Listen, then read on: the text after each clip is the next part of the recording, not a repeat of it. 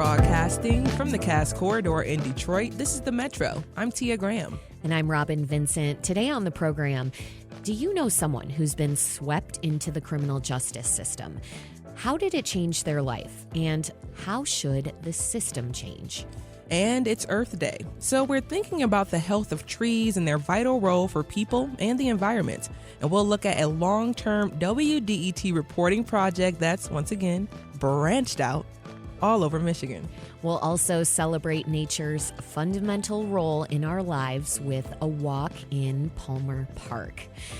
But first, caring for the poor and having mercy for the marginalized. These values were central to Pope Francis's leadership, which touched many parts of the world. In Vatican City, Pope Francis created a sanctuary for people experiencing homelessness. He called them nobles of the street. In Gaza, a small war-torn parish received daily calls from Pope Francis. The pontiff began making those calls shortly after the war in Gaza started in October 2023. In southern France, Pope Francis inspired the Village de François. It welcomes all kinds of vulnerable people, from the elderly to former sex workers and people with disabilities. Pope Francis put it this way in 2022. To truly be a field hospital, the Catholic Church and its projects must be concerned more with those who suffer than with defending its own interests. For the late pontiff, that also meant advocating for the environment, for migrants, and being the most welcoming pope to date of LGBTQ people. Father Tim McCabe is no stranger to Pope Francis's life and legacy. He leads a program in Detroit that welcomes vulnerable people, and it bears the Pope's name. The Pope Francis Center in Detroit was renamed to honor the pontiff's commitment to helping the poor. It provides meals, hot showers, access to laundry, and more for people experiencing homelessness. Father McCabe, welcome to the Metro. Good morning. Thank you for having me on. So first, tell me how you were feeling when you learned Pope Francis had died. Had you met him before? I haven't met him personally. I've been in the room with him.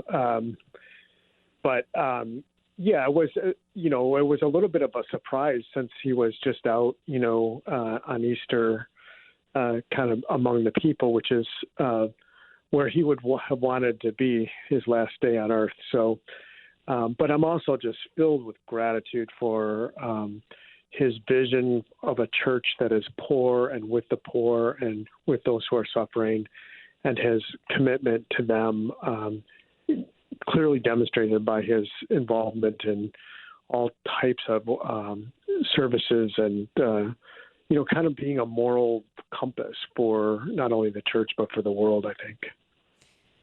Yesterday, Detroit Archbishop Edward Weisenberger was speaking about why Pope Francis had such a big impact on people and why he was thought of as, quote, the real thing. Here he is talking about why. I also think especially to our young people today who are wondering, when we look at climate change, what their future will be like, and the fact that this leader recognized that the earth we've been given, the world we've been given, really is that sacred garden that is ours to till and not something for us to abuse. And we should note that today is Earth Day. Father McCabe, why do you think Pope Francis touched so many people? Well, I think the Archbishop is right on for young people and why, but he also was so humble, and his lifestyle reflected kind of a simplicity of sorts, which really captured the imagination of not only Catholics, but non-Catholics worldwide. Like, he lived, he walked the talk. He removed himself from the papal palace and went to live in a simple apartment. He drove around in a Ford Focus. He just really removed himself from the trappings and from the things that, because he believed in walking with the people. And that started early on in his life when he worked in the slums of Argentina. Like, he really has a heart for folks, and people respond to that integrity, that lifestyle. I mean, I think that's really captured people's attention. He would also wash the feet of migrants, of people experiencing homelessness. Did his predecessors do that as well?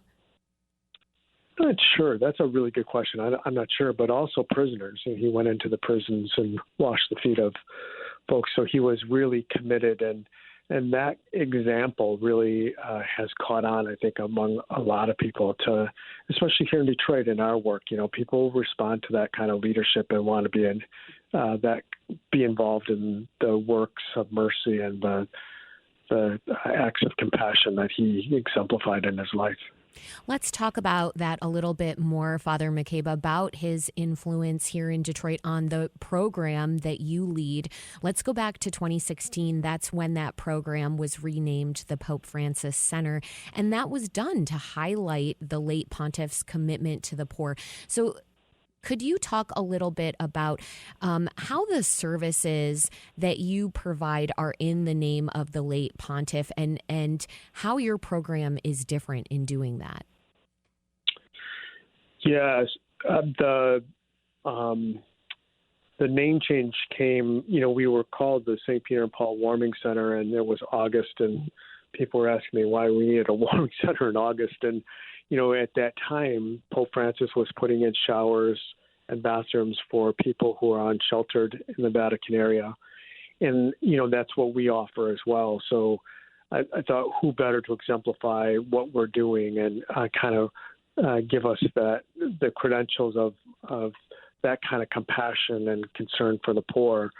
It's not all we do. We do home-cooked meals. We provide medical care. Now we have a brand new building where we're doing residential care, so people can transition from the streets into permanent housing through our program. So it was all always inspired by this idea of that every human being is worthy of dignity and respect, regardless of their station in life or things they've done or not done. And we carry that culture. It was there, and it was certainly right in line with Pope Francis's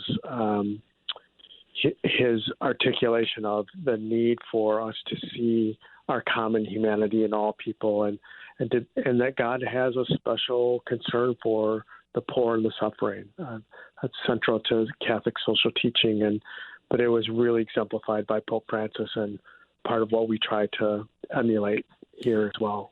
So it's not just about providing services to vulnerable people, but providing them in a dignified way. Can you speak to what the need looks like right now at the Pope Francis Center in terms of the amount of people that you're serving? Sure. So we serve about 300 to 400 meals a day at the downtown location at St. Peter and Paul. And that's where we have showers and laundry. So those are folks who are currently experiencing homelessness. And then we have this bridge housing facility just north of Corktown in Core City neighborhoods where people can come. We have 40 studio apartments where they come and start to heal from the trauma that is underlying all homelessness. I've never met a homeless person yet that isn't suffering from trauma. And so we see presenting issues like mental illness and addiction. But we found here and in both places actually that when you offer them folks, our brothers and sisters who are unsheltered, love and support and dignity, and you don't judge them, but just want to be there to be their friend and to help them in any way that we can, that kind of love and compassion is really healing. And it's remarkable to see in our bridge housing facility how people go from, kind of closed off and hardened by the streets to fully the men that God created them to be. And so the miracles are happening right before us, but that is really central to what we're doing. And showing that love and compassion to vulnerable people is something that made Pope Francis stand out, the way that he engaged with poor people. He advocated for migrants and refugees. I'm thinking about during his last Mass on Easter Sunday, he urged a ceasefire in Gaza. And we know he stayed in close touch with a parish there. He also advocated for the environment, as we've mentioned, and he took a more inclusive approach to LGBTQ people. Tell me, Father McCabe, in your eyes, did Pope Francis change the Catholic Church? Oh, I definitely believe that he changed the church, and his commitment to the vulnerable populations has really, I've seen more people wanting to be part of the Catholic Church or return to the church with a more inclusive, welcoming approach. And that was his, it's kind of a central theme that, we are to be inclusive, that there's a place at the table for everyone, especially those who are poor or marginalized in any way.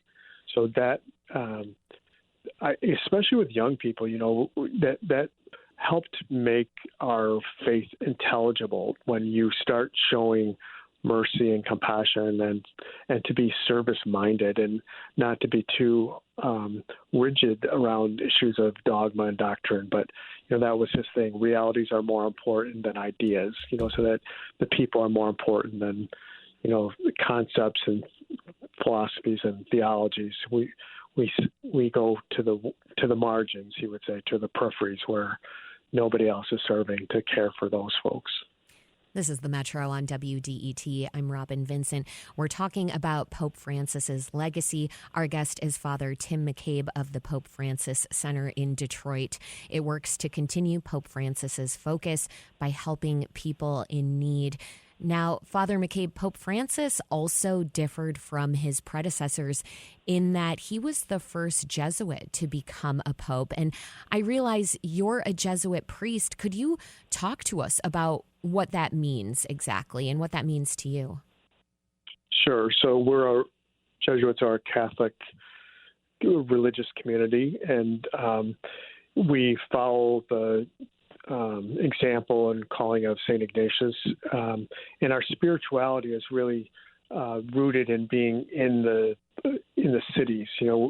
It was very important to St. Ignatius that we weren't separated and cloistered and away from the world, but really embedded into the grittiness of the world. And it's a spirituality that really believes that, there are spiritual forces in the world that, we're called to follow, and those are spiritual forces that we're to move away from. So it's a lot about discernment and really seeking out, listening, as the Archbishop said yesterday, listen, and then listen some more, to really listen for the promptings of the Spirit and the promptings of God to lead us towards to His will. And certainly, we believe that His will is to be with the poor and the marginalized, and to care for them, care for those who are suffering. So it's a big part of who we are. There's a spiritual exercises that kind of embody to help us to follow Jesus in a very concrete way, to put ourselves right into the gospel narrative and to experience it, and then to try to live out of that. I want to zoom out, if we could, and think about the Catholic Church more broadly for a moment. For years, the number of people in the U.S. who identified as Catholic was on the decline, but a recent Pew Research study found that decline seems to be tapering off. Why do you think the Church isn't losing people at the same rapid pace it once was? Well, for exactly the example of Pope Francis, I think that it was seen or is seen as archaic and kind of out of touch with current realities and current culture. And I think that the faith was not intelligible, especially to young people. It didn't make sense. And we failed to kind of help people see that. But whenever a leader in the church really embraces the gospel mandate to care for others, to show compassion, to be forgiving, to be merciful, that those qualities that Jesus exemplified and called us to, people are attracted to that. And I think, his leadership has really, on World Youth Day, I mean, you can see the young people really gravitating towards him in particular because of that, not only in words, but in deeds, that he's actually living out what he's calling us to. So you would say he has been transformational for the Catholic Church? I think so, yeah. But at the same time, although the church isn't losing people, it appears that it's also not necessarily gaining new members. Why do you think that is? Well, it's a complicated question. I think that there's a lot of reasons for that, but I think that it's, that our whole culture is moving away from, religion. Young people will often say, I'm spiritual but not religious. So there's a lot of suspicion and around institutions and religious institutions in particular. I think that the sex abuse scandal that rocked the church over the last decade or so continues to play a role in and people's willingness to be a part of the institution. As much as Francis has worked towards getting more accountability among the priests and bishops and holding them accountable for not only the sex abuse but for cover-ups, there's still suspicion around the church, and I think that within the United States, there's issues of women's ordination and gay marriage, things like that people don't understand why that is the way it is. But the church is growing in other parts of the world, certainly in Africa. It's the numbers are rising pretty significantly. So it's an evolutionary reality of the world and the culture that we live in. But I do think that people are hungry for a moral compass, a moral leader, and I think Francis really offered that to many of us. If I could, I want to go back to something that you mentioned, Father McCabe. You said that Pope Francis had been holding priests accountable for sex abuse scandals and cover-ups. Can you tell me in what ways he was doing that? By actually doing it, like holding, there's all types of stuff that has happened in the church in terms of regular accountability. Like for me as a Jesuit, multiple times a year, I have to take part in training, to make sure that, that the underlying causes of inappropriate sexual behavior are unknown, and people are acting overworking and things like that we're aware of that, and then looking for signs of people who are struggling with this.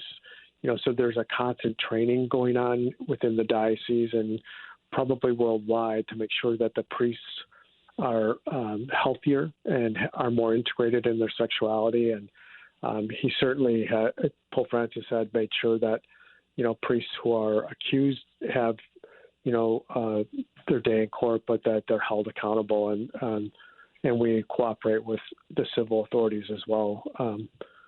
In terms of not hiding it or trying to cover it up, but recognizing it as a evil and a sickness.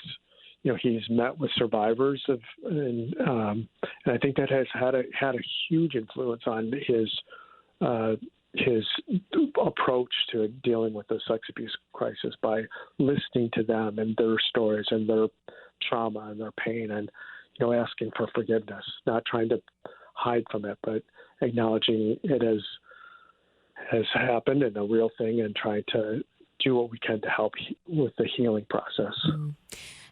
I mean, it sounds like overall Pope Francis has had a profound impact not only on the Catholic Church, but on your life, on your work, Father McCabe. What do you want to see from the next Pope?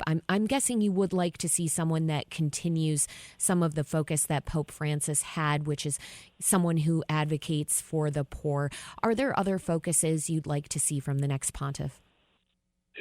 Well, that's certainly, I think one of the reasons why Pope Francis really fought to stay alive as long as he could was because he felt his agenda was unfinished. And so we'd love to see that carried forward, that continued to build a church that's centered around the field hospital approach, that we are a welcoming place, that we are a place where people can find refuge, that people who feel marginalized or voiceless have a place among us, and continue to work on issues of migration, refugees, climate change. Really, we need a hope that it stays centered in the world. We're not against the world, but in it and working among it.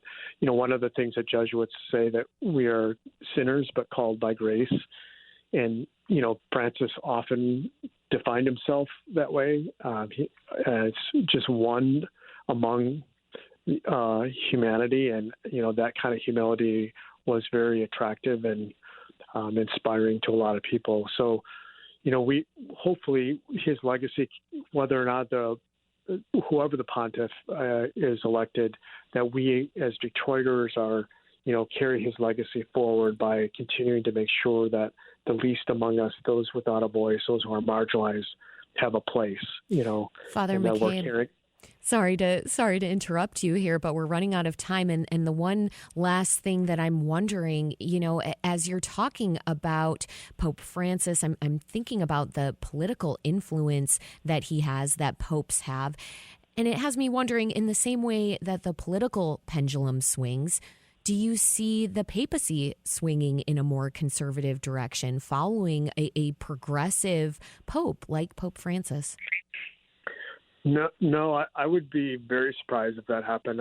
There certainly were those detractors and those who were critics of Pope Francis, but I think there's far more within the church who loved him and who valued his leadership and his direction and want to see that continued. Father Tim McCabe leads the Pope Francis Center in Detroit. It provides meals, showers, laundry, and many other services for people experiencing homelessness. Father McCabe, thank you for spending some time with us today on the Metro. Thank you.